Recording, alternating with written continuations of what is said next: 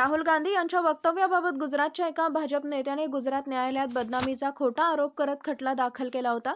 या प्रकरणात दिवाणी व फौजदारी न्यायालयाने राहुल गांधी यांना 2 वर्षांची शिक्षा सुनावली होती। या निकालाला राहुल गांधी यांनी गुजरात जिल्हा सत्र न्यायालयात आवाहन दिलं होतं। जिल्हा व सत्र न्यायालयाने खालच्या कोर्टाचा निकाल कायम ठेवल्याने याविरुद्ध निकाल दिला असून राहुल गांधींच्या शिक्षेला स्थगिती देण्यास नकार दिलाय। भाजपा विरोधात बोलणाऱ्यांवर खोट्या केसेस करून त्यांची तोंड बंद करण्यासाठी गुजराती स्टाईल देशातील जनता गेल्या अनेक वर्षापासून पाहत आहे। राहुल गांधी यांनी मोदी आणि अदानींच्या भ्रष्ट युतीचा पर्दाफाश केल्याने त्यांचं तोंड बंद करण्यासाठी त्यांच्यावर खोटे आरोप करत खटला दाखल करून त्यांची खासदारकी रद्द केली। हा आवाज दाबण्याचा प्रयत्न असून लोकशाहीचा गळा घोटण्याचा प्रकार आहे। याबद्दल काँग्रेस समिती व ग्रामीण शहरच्या वतीने अचलपूर कृषी उत्पन्न बाजार समितीच्या गेटवर निषेध आंदोलन करण्यात आले।